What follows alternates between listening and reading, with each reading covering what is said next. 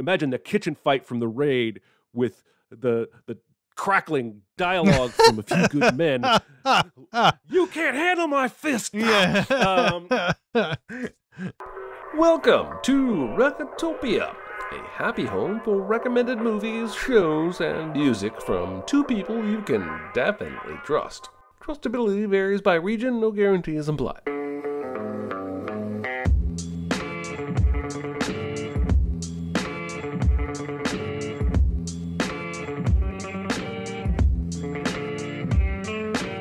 Now, here are your hosts, Chris Atkinson and Jeremy Scott. People say I talk with a white voice anyway, so why ain't it helping me out? Well, you don't talk white enough. I'm not talking about Will Smith's wife. I'm talking about the real deal, like this young blood. Hey, Mr. Kramer. This is Langston from Regal View. I didn't catch you at the wrong time, did I? Hello, everybody. Hello. Hello. Hello, chat over there in the Patreon land. I don't know what that voice is at all. I like it, though. Yeah, it's good. It's very soothing. So today, it's Recotopia, episode 22. Our big recommend is going to be Sorry to Bother You. And how's everybody doing? How's everybody doing out there? Everybody doing good? I'll tell you what. Yeah? I'm upset because I just read the Emmy nominations. Yeah? And basically Station 11 got hosed. They gave one nomination for supporting actor in a limited series. But that's it. One nomination. Emmy nominations are so weird, though. Like you would think Jerry Seinfeld probably won once. I mean, he wasn't a great actor on Seinfeld or anything, but you would have thought that he'd have won once from Seinfeld, and I don't think he may not have gotten nominated that much. But no, it was his supporting cast. Yeah, Julia Louis-Dreyfus is the one who won a lot, I think. But anyway, yeah, Emmy nominations are weird. I wouldn't put too much stock in those. I know that everybody wants to be recognized. The problem really might be Emmys might need to expand a little bit. There's so many TV shows at this point. Yes. So, I mean, there's no need to snub everybody. You need to come out with more nominations, I guess. I don't know. I did see Melanie Linsky got nominated for Yellow Jackets. There you go. That made me happy. That's someone who should probably win too. I think she will. Anyway, I'm glad to see the chat, running like it usually is. Got some familiar faces there, and if you guys want to do that, come and join Patreon and come join us on the live show every once in a while. It's fun stuff, man. And these guys come up with answers when we're flailing a lot of time. Yep. It's pretty awesome. They do. It's pretty awesome. Anyway, small recommends today. It's no big deal. Itty bitty living space. It's so small and light. It's small, it's tiny, it's petite, it's wee. Small recommends are fun because they're bite-sized little nuggets of goodness. Indeed. My first small recommend this week, you may have seen me tweet about it, is the Netflix movie The Sea Beast. Oh. This is the main character is voiced by Carl Urban. Okay. And this is directed by one of the co-directors of Moana. Okay. This is his first directorial solo debut. Now, I will tell you straight up, I had a really good time with this movie, but this is How to Train Your Dragon, Pirates of the Caribbean, with a little bit of Jaws. Okay. And that's not necessarily a bad thing. It's just that there were many beats that not just I saw coming, but even my wife saw coming. But that's not always a bad thing, especially if you've got young ones. There's a really good message here. There's actually a very anti-capitalism message if you care to dig deep enough. But the real reason I'm recommending this is the animation. It's about sea beasts and pirates, and so there's plenty of time where you're watching animation because it's fictional-looking stuff. But there are about 5 establishing shots of nature, water, trees, that are photorealistic. It gave me shades of The Good Dinosaur, only that movie has nothing enjoyable about it. But I kept saying to my wife, they would cut to a transition shot, and I'd go, that looks real. That looks real. That looks real. It was incredible animation. So I think you would have a good time. There's so many characters to relate to as well that have an arc. I would say there's 3 different generations of characters that have a strong arc that you can relate to. So it's called The Sea Beast. It's on Netflix as of now, and that's my first small recommend. All right. Like, I think I had run across this before, but I did not know what it was about. And I'm instantly wary of animation that comes from, like, out of Netflix. So I was like, I don't know if I want to watch that or not. Although Mitchells vs. the Machines was really good, although it was a studio that basically sold their movie to Netflix in that case. So anyway, may have to give that a look. I was also on Netflix in the past few days. Much darker material here. I will go ahead and give a warning to a lot of people because there's some harrowing events that happen in this, but it's a documentary called Girl in the Picture. And it's a crime documentary. And it's one of those where it starts off with something very intriguing. There's a woman who is put in the hospital. The doctors notice that she has a lot of prior injuries on her that have to have been from domestic abuse. And they verified her name as, I can't even remember what the original name was because, as you'll find out, this girl had many names. And she worked as a stripper in this place in Oklahoma. She eventually dies of her injuries in the hospital bed, and her friends at the strip club find out what her name, knew her name, called who they thought was her mom, and her mom's like, my daughter died 20 years ago when she was an infant, and blah blah blah blah blah. So I don't know what this is all about. So they had to figure out who this person is, and that's what drives this documentary. Of course, we do find out a lot more about her home life, and she was her father was abusive sexually and physically to her. She was also very smart. She was headed towards Georgia Tech, education, all this. But the main driver of all this is who was this girl, because they couldn't find her real identity during this whole thing. Went through various names and just everybody who knew her as something, and she seemed like a totally normal person. But then when the father would enter the picture, she would always get pretty scared and everything. She also had an infant son that we don't know whether or not it was her father that was the father of that baby or someone else. There's so many different layers to this whole thing. There's so many different things going on in this. And trying to describe this documentary, you have to kind of go through the entire documentary to go through it.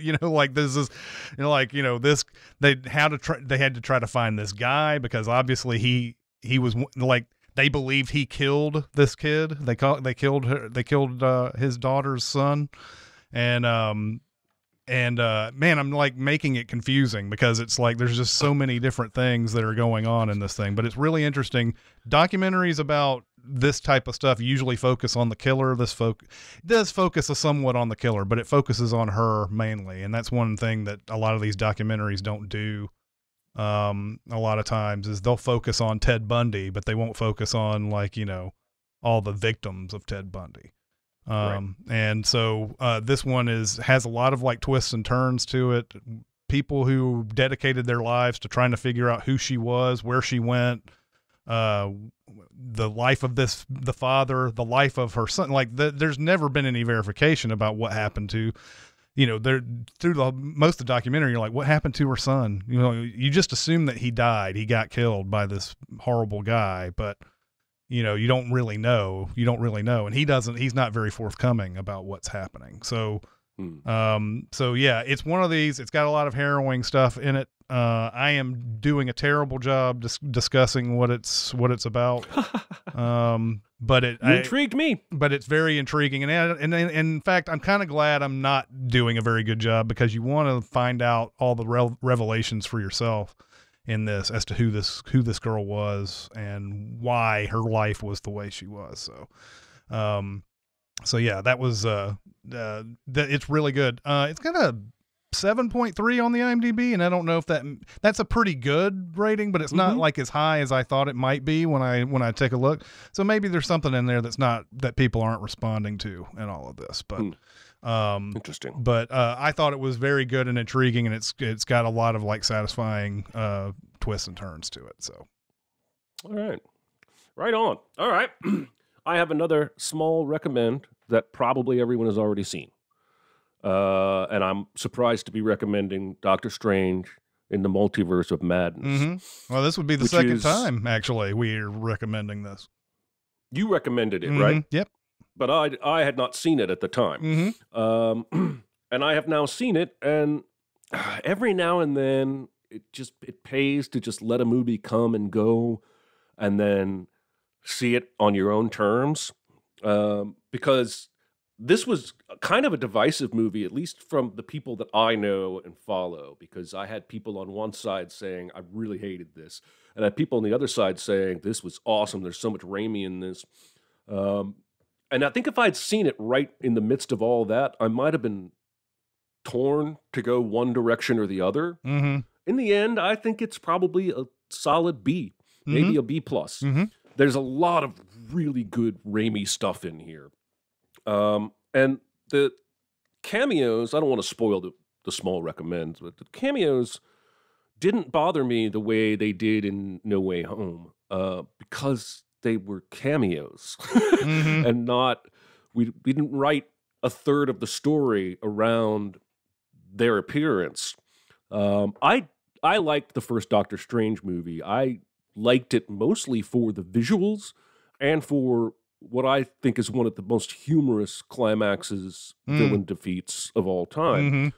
I was expecting a lot of that Inception-style world folding in on itself visuals this time, and we didn't get a lot of that. There's still some wild visuals. But I found myself connected, and I think a lot of it has to do with that younger girl character they bring in that he has to sort of protect, who sort of grounds him and makes him a little bit more relatable to me. I liked it. I had a really good time. I would like to watch it again. I liked it way more than I expected to. And there is a sequence in here where Doctor Strange fights a version of himself with music notes, where they use the magic thing to create and throw at each other notes. And then the score is like ding, dong, bong, dong, playing.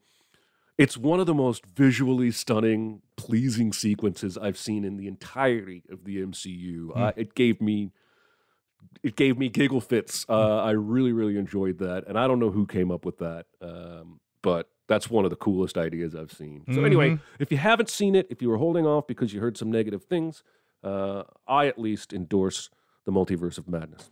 Yeah, as I was saying in my small recommend was that if we are looking for something different in the MCU, we're looking for things that are not the same over and over again. This is the kind of movie that we'd like to see. And I don't know, again, a lot of these directors who came in, they were highly coveted, like Edgar Wright was highly coveted to come in and do Ant-Man and everything, but they didn't have the power to do their own thing. Sam Raimi came in, and I'm thinking maybe Sam Raimi did have the power to do his own thing on this, and they kind of let him. He maybe gave a little so that he could take a little, that type of thing. Like, I'll do the things so that you can continue on with your story, but can I do some of my things? And then they're like, yeah, let's do that. So, so yeah, that's I enjoyed this too. I can't wait to see it again myself. So, I was looking around the Criterion collection the other day, and I watched Bad Day at Black Rock, which is a Spencer Tracy movie. Also stars Lee Marvin and Ernest Borgnine. It's about Spencer Tracy is let off at a train station that doesn't normally have stops, and that's very weird. Gets stopped in this podunk town just after World War II, and he is unassuming. He looks like any other regular guy, but he shouldn't be here. He's out of place in this town, and everybody who comes up to talk to him is like, "Why did the train stop here? Why did you stop here?" And it's very suspicious. And he's going around town, and he wants to find a place to stay, and he needs to find a vehicle and all this stuff. And he starts asking around about this Japanese rancher that used to live in the area. And nobody really wants to be forthcoming about what may have happened to this guy. He's pretty sure something bad happened. So Spencer Tracy, you see him throughout trying to first confirm that he can't find this guy, and then come back and what is he going to do about it? And all these people in the town, there's a main villain here who's played by Robert Ryan. He plays a guy named Reno Smith. He is in charge of basically everybody in the town, and a lot of these people just play his ruffians. He can send those guys out to kill you if he wants, basically, and everything. And they're getting suspicious, but they don't know exactly what he knows and what he is looking for, so they don't kill him right away. But there's this building up to it, and Spencer Tracy goes through some of the most very kind of abusive things. When he's asking for a room, the hotel manager's like, "Oh, we keep this open for cowboys and stuff like that who are coming. You can't have a room." But Spencer Tracy ends up kind of taking a key anyway, and saying, "Well, I'm going to take this room. That one looks cool," and goes up into the room, and Lee Marvin is sitting there going, "Well, this is actually my room," and Spencer Tracy doesn't do anything. Doesn't throw a fit or anything like that. And Ernest Borgnine at one point tries to run him off the road when he's going out into this area, but he still stands firm, doesn't get mean, doesn't do anything. And he doesn't look like he could do anything if he could, right? He's an older gentleman. He's also lost the use of his left arm. This movie is building just like any old Western might, except it's set in the 40s. We know that there's going to be a showdown of some sort by the end of this. What happened to the Japanese rancher is one of the things, and why everybody's being quiet about it. An interesting kind of a movie back in the 50s. We always think of the 50s as this kind of a time where there's they're just so racist or whatever, but there are a lot of liberal thinking people back in this day, and there's a lot of discussion about how Japanese Americans were treated during World War II. A lot of that is maybe not heavily discussed, but it is at least lightly discussed. It's something that I feel like probably hit home pretty hard, even in the 50s, even though it was kind of subtly danced about. This is a really good movie. It's an hour and 20 minutes long. So, I like those. So yeah, absolutely. So, give this one a look. It's on Criterion. I don't know if it's on any other services, but it is well worth your time. Really good stuff. Spencer Tracy is just one of those, he's a legend, but, yes. It's just very breezy and good. Breezy and good. Mm-hmm. That's like Ocean Breeze soap. Mm-hmm. Yes, it's indeed. Like taking an ocean cruise, only there's no boat and you don't actually go anywhere. Yes, is that the beach? Is that the? It's from the Muppets Take Manhattan. Oh, okay, I was about to say it sounds like the thing in Seinfeld where they're trying to come up with stuff for the beach, the cologne or whatever. Oh, yeah. Yeah. I had forgotten about that. Okay, so the big recommend. I'm fine. It's just that you're so big. It's so huge. It's a good rule, but this is bigger than rules. It's bigger on the inside. Is it? I noticed. Big one. Mm-hmm. Is sorry to bother you. This movie, when I first watched it, this is a movie that does require multiple viewings, and at this point, this is probably this past weekend when I watched it, I've probably seen this 3 or 4 times, but I also had it in the background several times during this one night where I just played it on repeat, basically. And I also listened to the commentary by Boots Riley on this, who wrote and directed this. But this movie is just, it is completely out there, right, as far as reality is concerned. But it is a satire, and you must watch it as such. And no matter how wild things get, know that there's a point to it, even though it might, by the end of it, you go, oh, what the fuck is this? This has gone completely off the rails.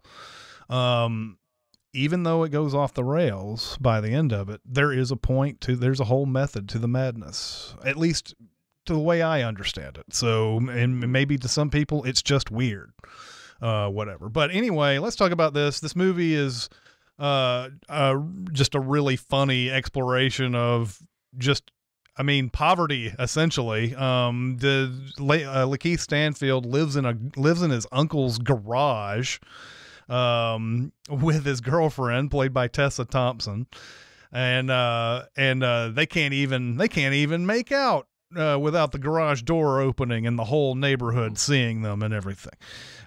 He owes a lot of money to his uncle, played by Terry Crews.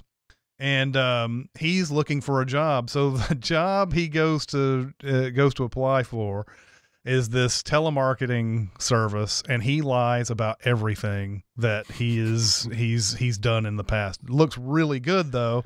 The guy tells him you said that you worked at the Oakland bank branch in 2014 to 2016. It's like, well, I was the manager of the Oakland branch 2014.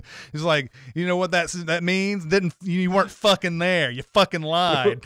And so he thinks this might be a deal breaker, right? That he lied so much. But the guy points out, cause he's made a trophy and he's made this employee of the month plaque and all that. And he's like, you know what? That tells me right there that you've got the initiative to do this job. So all the lying he did actually helps him get the job. And so he's selling this, basically this junk to people, just cold calling people. And I like how they show that, how intrusive these calls are, really. And that's part of the satire, right? Of course, his call, he's not in there in the room while you're having sex taking a call, but that's exactly what that call feels like, right? And so every time he makes a call, he's in this person's room. He's trying to talk to these people, and it shows you how silly a lot of this thing. They tell him to stick to the script.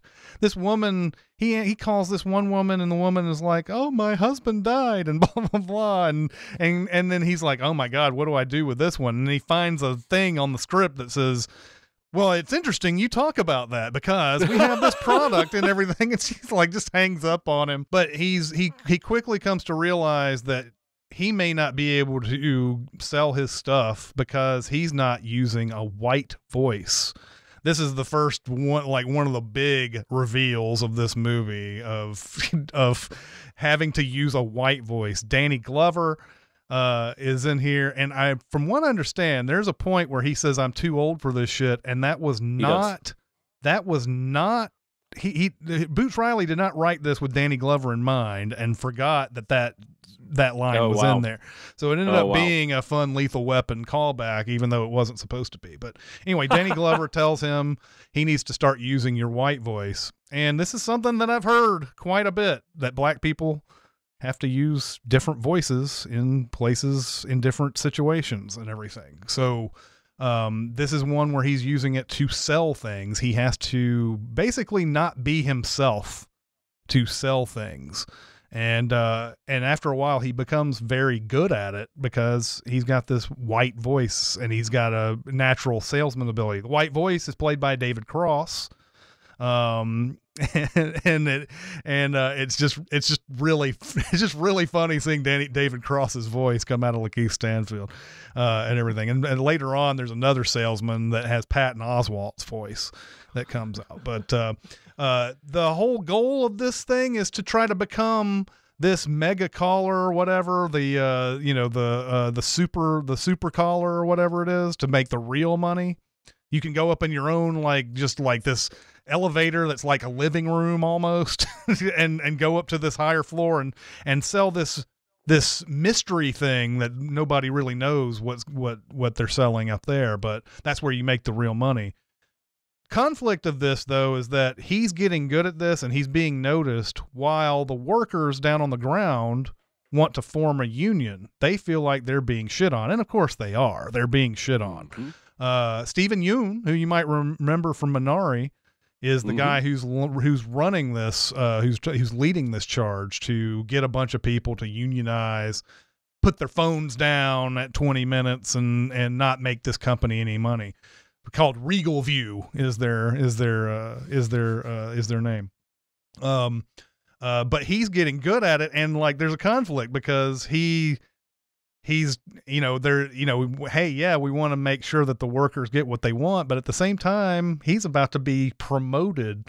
And so it causes a rift between he and his friends, leading to one of the best scenes in the movie, by the way, where Lakeith Stanfield says, "I'm with you guys. I'm just doing it from the sideline. What I'm doing up here has nothing to do with what you guys are doing down there." And his buddy, this is what leads to that thing where they try to top each other with politeness, but it's definitely more mean than usual or whatever. And he's like, "I hope you have a nice day." And he's like, I hope you have a nice day. I hope you have a nice day. I hope you have a great week. And he's like, "I hope your months are filled with beautiful days," or whatever. And they just keep trying to top all that.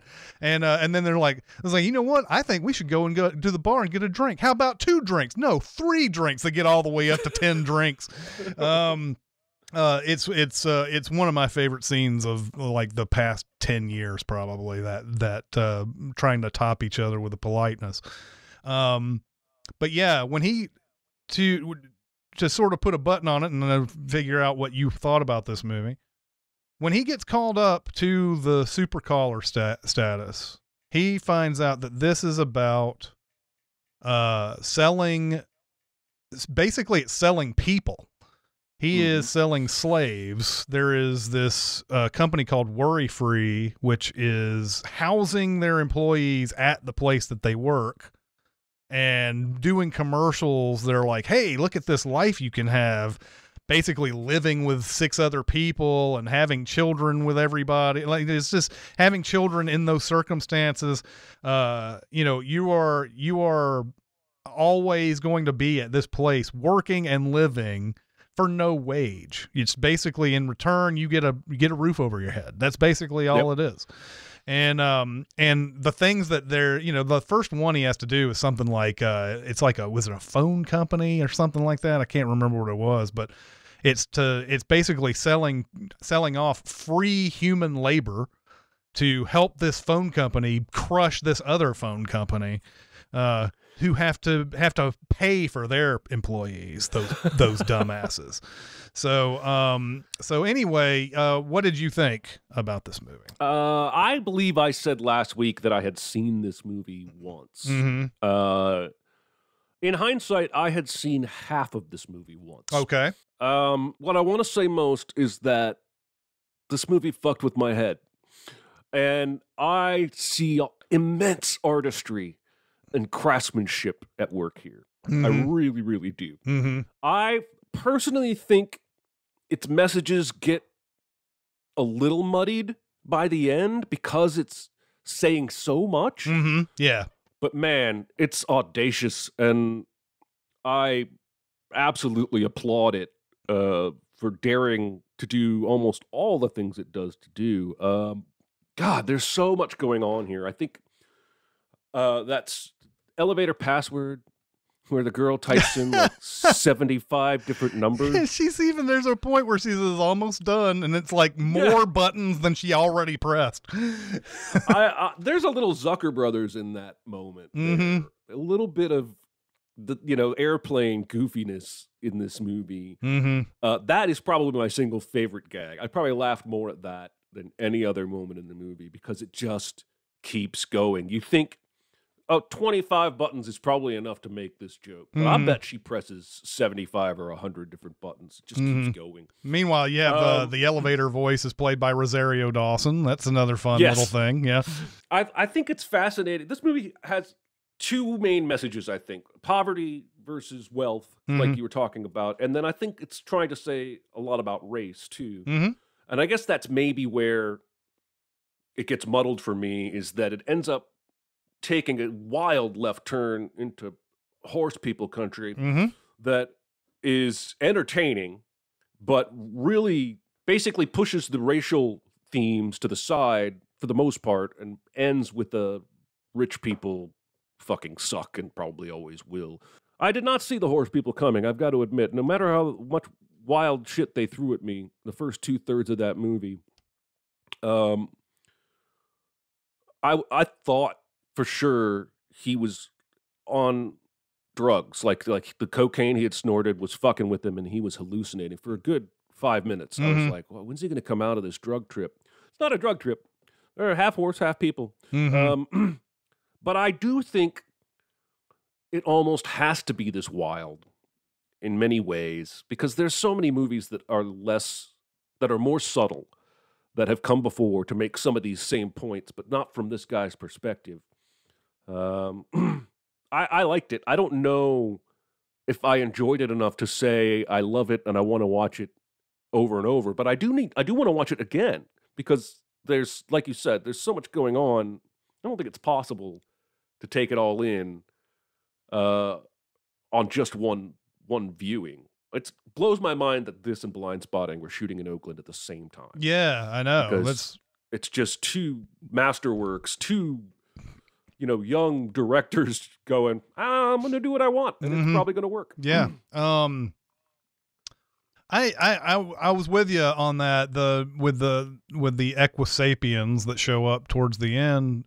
It's always the moment in the movie where either you're like, okay, now I'm going to check out, or it's the moment where you try to, if you're with it, and it took me a couple viewings to be with it, by the way.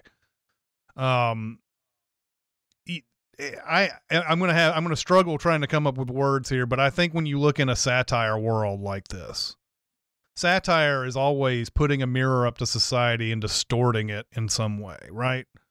When you look at Onion headlines, you see something where it's like, oh, that's just a little bit too far from where we're at, but it still seems within reason that that's something that could happen. Like, that's how close things are in the Onion a lot of times.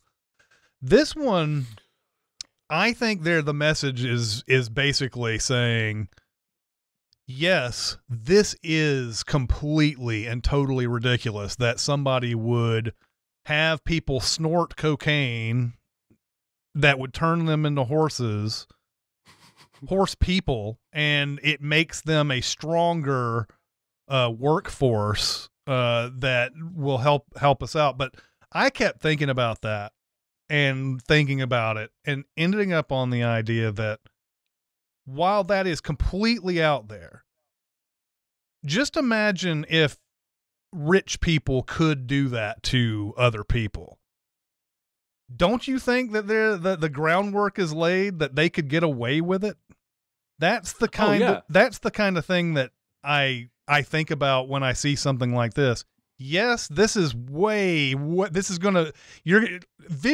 this is hard to take, right? You see all these horse people and everything in the bathroom, and they're like in pain and but especially when Armie Hammer tells him what the plan is, where it's like, we're going to have these Equisapiens as our workforce. They're stronger than humans. They can do more than humans can.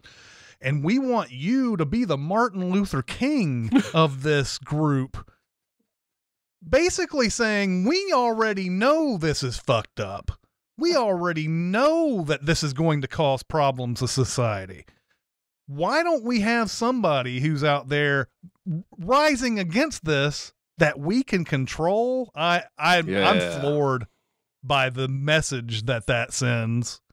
And in the end, as ridiculous and as hard to accept that stuff is at the end, I feel like it's exactly where it needed to go. Like at this point, maybe I am just drinking the movie's Kool-Aid and everything. It took me a while to be on board with this, right? Because it's a hard thing to get past.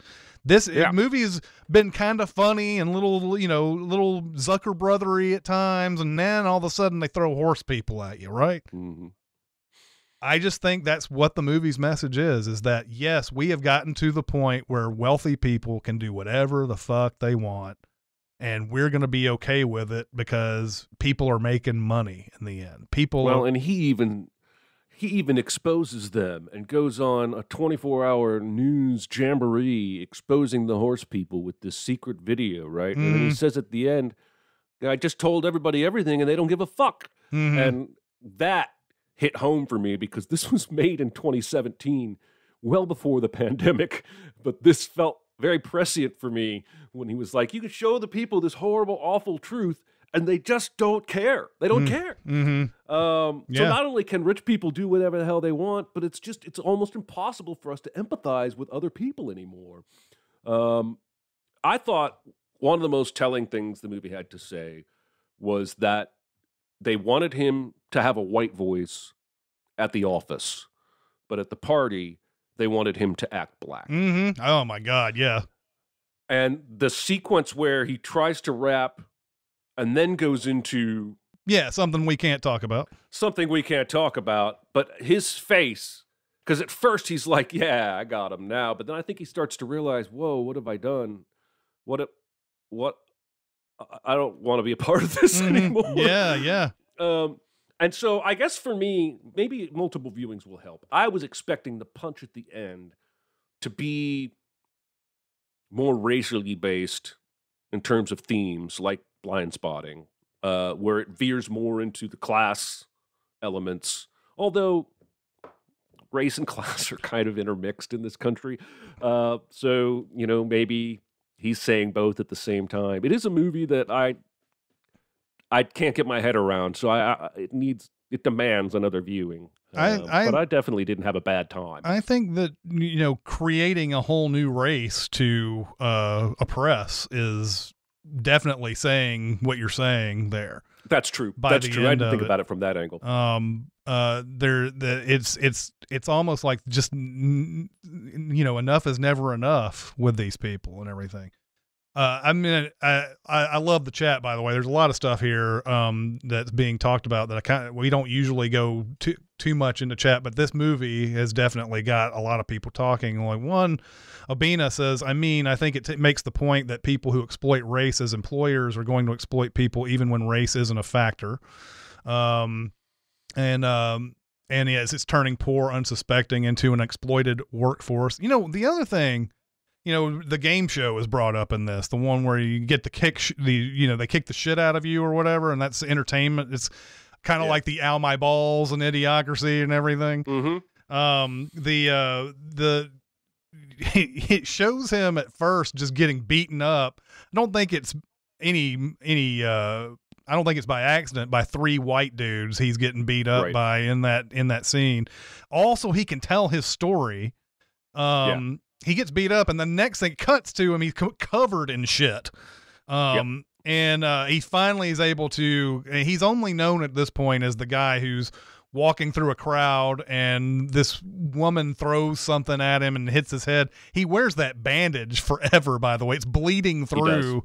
That's something that I don't know why that is in the movie yet, like why he keeps wearing that bandage and has that blood seeping through it the whole time. There was a point where I was thinking, just like the cocaine, and maybe he's just tripping and everything. Maybe he gets hit in the head and then he dreams the rest of this or whatever. But that's the only thing I could think of. But to the other point you brought up, there's so many ideas being thrown out at one time in this. I think sometimes there's some that are not developed, and like there's just so many things going on. We're like, oh, you're going a direction with this, but I don't know where that ends up. Like there's a point where and my mind is going in a million different directions right now, but like Stephen Yeun at one point, he is shown as the guy who's trying to he's working for the common man in this, but there's this odd speech where he's like, we want to get free medical from our employers so that we can treat the gonorrhea and the chlamydia, stuff that you just found out about on WebMD. And like, why is he being ridiculed at this point? Because he's the guy who's, he's the guy fighting for the common man in this. So why are we trying to find failings in him? That was one thing that was really weird about this. But going back to the game show, this is another part of that theme of this thing. Everybody in this is hustling in some way to try to make a living or be popular or whatever. Being on this show where you just humiliate yourself or just get physically beaten to get what you want. Even Tessa Thompson as an artist, even though her art seems like it's not a sellout type of thing, it's kind of a sellout kind of thing, because she goes in and she's using a white voice to talk to all the, like, maybe the potential financial backers of this thing.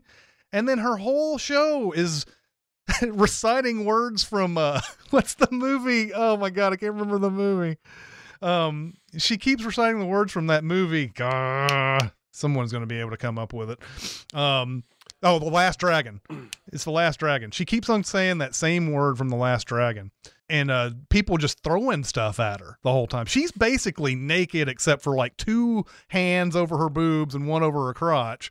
And people just throwing stuff at her. And this is another just a part of the humiliation that you have to go through to make a living in this. And meanwhile, she's also spinning signs out on the sidewalk and stuff like that. You just see all this stuff all the stuff that people have to go through just to make a living is insane in this. And I think everything builds up to that, where like just and every time you think that you're on a new level, like when Lakeith Stanfield thinks that he's on a new level, that he's hit a point that's the top, he just finds out that he's not the top, that he never will be the top, because these Army Hammers of the world are always going to be the ones controlling things. I think I want to dig in the next time I watch it. I want to dig into a lot of the stuff that I just noticed, but I don't know what it was saying. Like her sign twirling is very interesting to me, because at one point she's twirling a sign outside of what looks like, it says discount market above it. It looks like basically a convenience store. Those places don't hire sign twirlers in real life. So I feel like the movie is saying something about her being there. At one point, she's twirling a sign that says signs in front of a store called Signs. Yeah. And again, I don't know if that's just supposed to be funny, like the buttons on the elevator, or if there's a deeper meaning there. It feels like there's a deeper intent there, just because there's so much depth to the other parts of this movie. But then it's stuff like that Stephen Yeun joke where the crowd is reacting, and then he says the gonorrhea thing, and they're like, oh. He awkwardly goes, we've got power to the people. Yeah. I mean, that joke felt like it belonged in a different movie. It does. For a different character. That is one misfire in this for sure. I love all the stuff about meme culture and how sorry, bitch, have a cola, or whatever the phrase is. Where the woman that originally hit him in the head, that video goes viral. She becomes a viral star, releases a song about it. And then later on, he sees people are buying and wearing wigs with cola cans attached to them. He's saying something with all of that. That's intentional. I'm just not sure if it's as simple as, we care more about memes than we do the workers. And maybe that's simple. But there's a lot going on in this movie, and I feel like it's hard for me to really know what it's Well, saying. I took that as a cultural appropriation thing, that whole putting on the wig and putting the Coke can in it and everything. Because it was all white people who put on the wig and had the Coke can in their, and that's sort of what I took from that. But you're right. There's also the part that is the meme part of it too. So like, you know, is it really the meme or is it the cultural appropriation? Is it both? A lot of that kind of gets mixed into what has like a lot of ideas going on.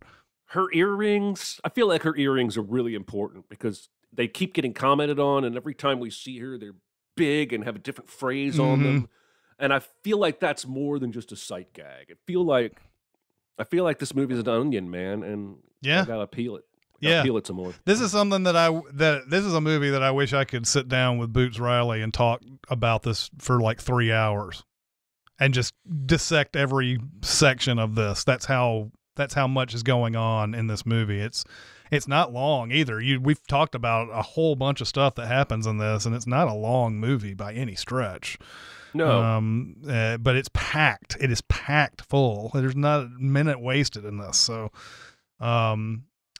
anyway, I am hoping that it looks like most of the chat really enjoyed this and at least has a lot to say about it, more than our average one that we come up with. Yeah. I kind of hope this movie gets more into the forefront and more people dissect it over the years and more things can be found from this. Cause it's one of those type of movies. It's not perfect, but it's certainly something that's going to have you thinking for a really long time afterwards. So. Yeah, absolutely. Mm-hmm. I'm definitely glad that you brought it up, brought it into my life, even though I did pause it and say, what the fuck, about 17 times in a row. It is one of those movies. Continued watching. All right, so should we move into the double feature of the week? Be very, very quiet. Secret? What secret? Our dirty little secret. I tell you something I've never told anyone. Yeah, I'll be very interested to hear what your double feature is on this one. You should be, because this is next to impossible. Mm-hmm. There is no way to double feature this with a movie that is like this movie. Okay? In terms of the wild satire and the horse people, as well as the social commentary. If I wanted to go with the satire angle, you brought it up earlier, Idiocracy would be a really good one to go to. Mm-hmm. The similarity of the game shows, the similarity of the cluelessness of the average people to what's happening above them. There were some moments early on that, before the movie got truly weird, I was thinking Office Space might be a contender. Mm-hmm. I thought about Black Klansman a little bit. Okay. Because I do think there's a similar... He's trying to sell himself, basically. Yeah. I think that could... I also thought about Downsizing in terms of... Downsizing, that's definitely. Not a great film, but in terms of wild, big swing satire with social commentary, I'm going to settle on perhaps a predictable Get Out. Okay. Which also has Lakeith Stanfield in it. Mm-hmm. Just in terms of what people in power, in Get Out instance, white people, would do if they actually could get away with it at the expense of black people. I got a lot of Get Out vibes at various moments throughout this film. Definitely. They're not tonally the same at all, but thematically, I think they're compatible. They both have a scientific process by which someone becomes someone else, basically. Yeah. And, and then they're not themselves anymore. They're used by a rich, powerful white guy. Mm-hmm. Yeah. Anyway, looks like, let's see, do we have any suggestions? Oh, Downsizing. Somebody gave some points to Downsizing. Yeah. So yeah, that would be my double feature, would be Get Out. I think it would you almost demand a roundtable discussion after completing both films. So that everybody learns something before they go home. Mm-hmm. Yeah. All right. And now I need to give you homework for next week. And I have decided to make everybody watch Michael Clayton. Michael Clayton. This is a 2007 George Clooney dramatic thriller. It is on Netflix, and it looks like you can rent it from any of the other usual places. This has some depth to it. This has some commentary, but it's mostly a character study, I think. And it's one of my favorite movies, and I think Chris knows and likes this movie as well. This movie is great. Okay, excellent. Yeah, I remember this is the first time I ever really was introduced to clapping in the theater, which I do not endorse. I'm not a big fan of clapping in the theater. But there is a scene in this, and I think you know which one I'm thinking of, that yes, the whole audience just ripped up into applause during and everything. This is that type of a movie. Was it Tony Gilroy? Tony Gilroy. Yeah, it's Tony Gilroy did this one. I think that's his name, right? Well, Tony Gilroy is listed as the writer and director. So okay, yeah. Good. But yeah, this is a really good movie. I can't wait to look at it again. The last time I saw this was probably not too long ago. It was last year, I think I saw this. But anyway, yeah, be looking forward to revisiting this. It's funny also, pay attention to the final scene, because the very final scene of this movie, because they filmed it without, I think they filmed this and there were all sorts of like people who didn't know a movie was being filmed. And so Clooney's reaction at the end of this movie is kind of like, you think you know what it is, what it's all about, but he's reacting to the people who are like basically saying, "Hey, Clooney," or whatever, something to him. So, but anyway, yeah, this is good stuff. I can't wait to see it again.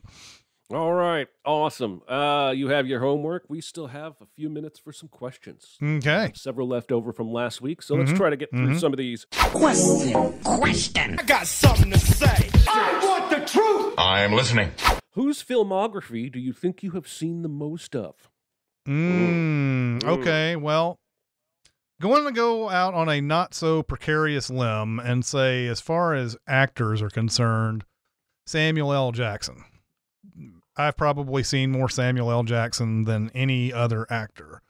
When you think of all the huge actors out there who come out with their big movie per year or every couple of years, like DiCaprio or Brad Pitt or somebody like that, they aren't in nearly enough movies to touch Samuel L. Jackson as far as actors. Right. Like if I went through his filmography, there's probably more that I've missed than I've seen, and I've still seen a ton.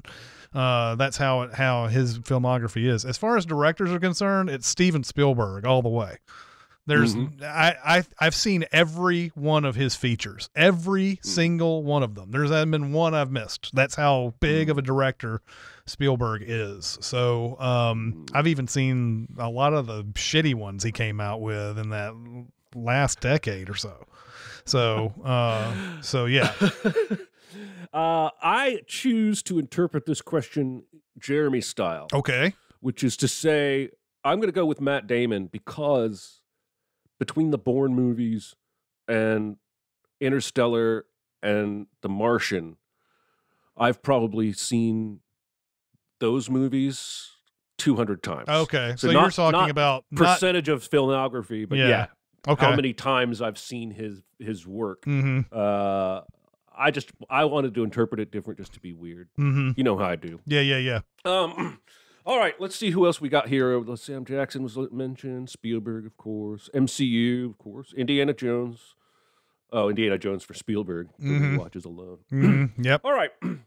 I saw in an interview where Edgar Wright was interviewing Christopher Nolan, which got me thinking, which two directors would you love to see co-direct a movie. By the way, you are inviting chaos by trying to do this, by just picking two directors and putting them together. But let's do it. Yeah, I mean, when you come up with two great directors, you're going to have a clash of egos that are insane, right? Like, how do you let go? If you're, so I went ahead and said full chaos. Let's do Quentin Tarantino and Martin Scorsese because that would be insane. Now, Tarantino has in the past collaborated with directors. He collaborated with Robert Rodriguez on Sin City. Well, Robert Rodriguez collaborated with Quentin Tarantino on Sin City because Tarantino directed that car scene in the movie. But he also collaborated somewhat on the, well, I don't know if on the two individual movies of Grindhouse. It may have just been, I don't think they had input on each other's movies, but he collaborated before. So I imagine if Scorsese said something to the effect of, I'm going to do this and you do that, he'd probably be cool. But like, I'm just sitting there thinking, what if Tarantino is like seeing a scene that Scorsese is directing and goes, no, we need to do it this way or whatever. But I want to see those two minds get together on some movie somehow, some way. And even if they have to say, you do this stuff and I do that stuff, and then we edit it together, that's the way I want to see it. So, there was a video going around Twitter last week from back in the day when Fiona Apple was dating Paul Thomas Anderson. Oh, yeah, I saw this. And she's at a table with Quentin Tarantino, and he's just Tarantino-ing talking, and she just looks like her eyes are rolling back into the back of her head. I can't imagine Spielberg trying to be like, just shut up, Quentin. I want to get the shot lock. Yeah. I'm going with Gareth Evans from the Raid movies. Okay. And Sorkin Fincher. So we can have both kinetic fight scenes and kinetic arguing scenes. Maybe one that has both. Where imagine the kitchen fight from the Raid with the crackling dialogue from A Few Good Men. You can't handle my fist. Yeah. All right. I see. We got Scorsese and Taika Waititi. Yeah, Taika Waititi. Yep. Donald Glover and Jordan Peele. Christopher Nolan and Edgar Wright, which would be good. Spike Lee and Bong Joon-ho. Yeah. Ooh. That would be amazing. Coen Brothers and P.T. Anderson. Yeah, those are two. Yeah, for sure. So nice. Yeah, I like all those. I mean, in general, I like the idea of any kind of mashup that you put out there just to see what you come out with, because that would be very interesting and fun. Let's do one more final quick one before we say goodbye. This is based on a trending topic on Twitter from over the weekend. Gail Simone, who's a comics writer and an incredible Twitter follow, had asked everybody what their favorite punch was from a movie. And of course, I jumped into the thread to defend Back to the Future, and that was like the top voted reply. Like, immediately, it was Back to the Future punch. And so, Chris, what do you answer for your favorite punch in a movie? Yeah, I saw this thread too, and I saw several that I really liked. I did not see, but I'm sure it was mentioned. The one that John Travolta does in Get Shorty. Where he's at a restaurant and he goes to get his coat and the coat's not there because they find out that God, what's his name? Dennis Farina's taken it. He's taken the coat, and so Travolta knows where Farina lives, and he goes to his apartment or house or something like that, knocks on the door.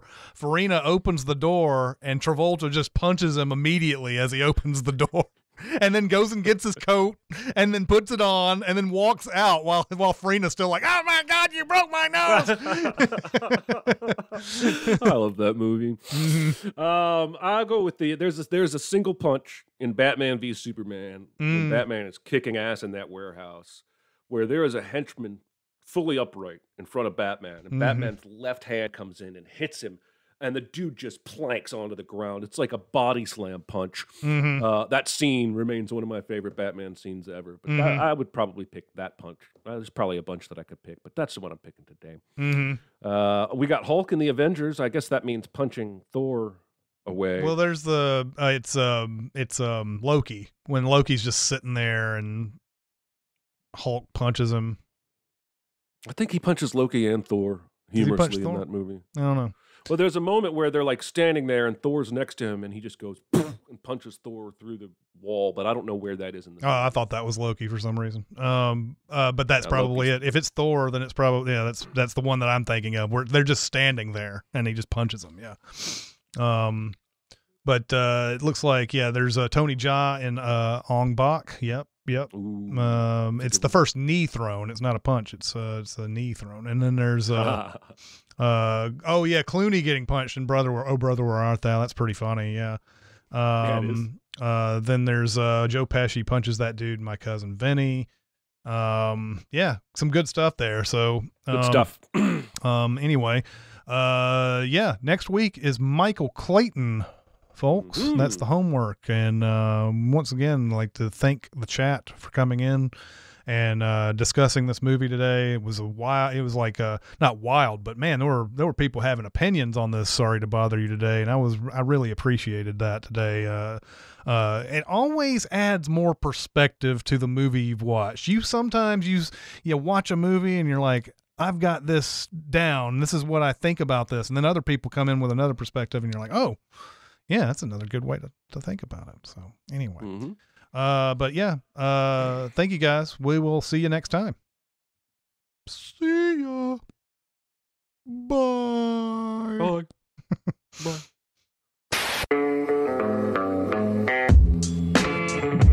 Be a part of the live show by being a member of the Sin Club at Patreon at patreon.com/cinemasins. Chat with us on the Cinemasins Discord at discord.gg/cinemasins or Cinemasins Twitter at Cinemasins, and email any comments or questions to Recotopia at cinemasins.com. That's RECOTOPIA at cinemasins.com.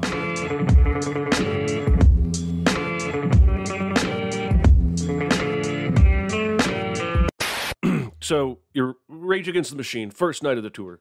They yell, abort the Supreme Court, and they update the lyrics of Killing in the Name. Second night of the tour, I don't know if you heard about this, last night. Dude injures his leg, lead singer. Yeah. Has to leave the stage, comes back out, and sits on a monitor on the stage and says, I'm going to quote the news article, I don't know what happened to my leg right now, straight up, but you know what? We're going to keep this fucking shit going. I can crawl across this stage. We're going to play for you all tonight. And then when they were done, every band member hugged him, and the crew came and carried him off like a king. Nice. Again, I say, you are in for a treat, my friend. Yeah, absolutely. It reminds me of when I went to see Foo Fighters, and Dave Grohl did it in a chair pretty much the whole time. Oh, right, because he's broken his leg. Yeah, which is something that apparently he got it from Axl Rose, who did the same thing for Guns N' Roses. So, anyway, I'm looking forward to that for sure. They're going all over the world, dude. They're going to Poland and the Czech Republic. They're going everywhere. Yeah. Detroit. I'm going to have this clampy microphone I can pull down whenever I want and put it back up when I don't need it. Yeah. It'll look like it coming down out of the sky. That'll be sweet. That's great. Is he still in Montreal? Mm-hmm. So they had the first pick and they hosted the draft. Mm-hmm. Have you seen any video of the first pick? I haven't seen the video, but I know that they didn't pick the guy everybody wanted. Right. They didn't pick the guy everybody wanted. The guy they picked is really good. And the audience reaction is just this, it's this amazing noise that can only mean complete shock. Like, they're not necessarily angry. They're not necessarily happy. They're just like, whoa, nobody saw that coming. I remember when they got Ellie Tolvanen, that was the year after they went to the Stanley Cup and everything. And everybody was like, I can't believe Ellie Tolvanen fell this far. And now it's like, we're seeing flashes every once in a while of what he could be, but we think we kind of know what he is at this point. That's the thing with hockey players, man. It takes like 5 freaking years to even know. And unless you have a Sidney Crosby, Connor McDavid type that comes along where there's really just no doubt, it's just a creps. It's like baseball. Baseball and hockey are both weird that way. Yeah. Football and basketball, you just get right to it. But there's something about those sports that require more, and it obviously is the case because you see players get better as they develop over the years. I remember when we first got Forsberg, we were like, oh, he's going to be a 40-goal scorer. And he was like a 19-goal scorer, and he still looked awesome, and he's gotten better and better. Yeah, there was a period of time there when if you were following the Braves, it was like, oh my God, look at this farm system. Like, if you, during that period of time where they weren't winning all the time and they were just kind of scraping by or whatever, like we could always look forward to the future. And it was like, here are the pitchers that they're going to have. They're going to have Julio Teheran. They're going to have Tommy Hanson. They're going to have all these people who are going to be anchoring the rotation for years. And then all these hitters that you we're talking about, like, oh my God. And then you'd find out like, oh, those are the top guys in our system. That's not really the top of the top in the minor leagues itself. Like a couple of guys would make the top 100, but not like the whole system or whatever. They came up and you're like, all right, we got Julio Teheran. We got Tommy Hanson. We got all these people. And they just never were great. Never. And got traded away or released or cut, whatever. Just never panned out. Yeah, that's baseball. It's almost like a human stock market. Mm-hmm. It kind of is. I mean, it basically is, right? You're investing in the future potential of this person, and sometimes you bust out, and sometimes it's a big windfall. Mm-hmm. I'm amazed by that guy whose name I dare not pronounce, who plays for the Angels, man. I just, as a kid, Shohei Ohtani? Yes, I didn't know. I'd have never heard it pronounced. I only read it. But he's doing things that I didn't think as a kid were ever going to be possible in baseball. Because I remember hearing about Babe Ruth being a pitcher and a slugger, and it just felt like mythical. Yeah. And this guy's just got voted to the All-Star team for both hitting and for pitching. Yeah, it's unreal. Yeah, it's kind of amazing that there weren't more kids over the years who were sort of trained to be both. Like look, a lot of great pitchers come out of high school and they're the best athlete on the team and they hit 400 and they hit 20 home runs or whatever it is in high school. Yeah. That's a lot. But then as you know, the philosophy with all those guys was we want you to be a great pitcher, and to be the great pitcher, you have to be focusing on that mostly. So we're going to take you away from the hitting. And not to say that there would be very many Shohei Ohtanis out there. It's not like there would be 10, 15 of those guys. That he's still rare, even then. But yeah, there was some tweet. I can't remember the name the guy came up with. It's really funny though. He's like, every day I'm reading something like Mike Trout is doing this and that, and Shohei Ohtani has done something that hasn't been done since Jim Butterwings, Jameson back in 1922 or something like that. He's like a good pitcher, but I think every time I've ever watched him pitch, that's his off night. Like he'll be coming off of some 6 innings shutout game or whatever, and then there'll be some national game focusing on him, and it's he gives up 4 or 5 runs in the first 2 innings. Oh man, I saw a video on Twitter of him from a recent game striking out. I don't know if it was 3 guys in a row, but the video was 3 strikeout pitches, 3 third strikes, and they were all kind of like sinkers. He looked good in that video, but yeah, it's like taking your car to the shop and it won't make the noise for the mechanic. Yeah. But yeah, the cool thing that they do nowadays, they can show if there's a pitcher who's extraordinarily dominant, has 4 different pitches, they can overlay their wind up. To where they show the release point and it's always the same. And then they show the pitch, the 4 pitches, and it starts off the same way, but each pitch goes and does a different thing. You just imagine being a hitter trying to hit this stuff, man, where you're just like, oh, that's the fastball. And then it just dives down into the ground. I mean, the discipline to have that same release point. Mm-hmm. When I played Little League, as a 15-year-old, I was scared of 60-mile-an-hour pitches. Mm-hmm. I was stepping in the bucket and swinging it and hoping for the best. Mm-hmm. I can't imagine facing 90-some mile an hour, and then it actually this time turns out to be a 74-mile-an-hour hit-my-toe pitch, but I still swing at it. Yeah. And there are, man, it's kind of getting a little scary. Aroldis Chapman threw a 106-mile-an-hour pitch a few years ago. And that was considered like, an anomaly, like, cause even though he hits 100 regularly, 106 was ridiculous. And that's something that you can't just do with impunity. But now you're seeing relievers come out there, they're throwing 102, 103. And there's a guy coming out of the University of Tennessee who's getting all sorts of hype because he can throw 105 and 106. And it's like, wow. Man, I mean, just 95 used to be like an unbelievable speed, and then now they're getting 10 miles an hour faster than that, and people getting hit with that pitch, man. That's gonna be awful. Like Bryce Harper, and he got hit in the thumb, and said I'd rather get hit in the face because it won't break my face. Right, exactly.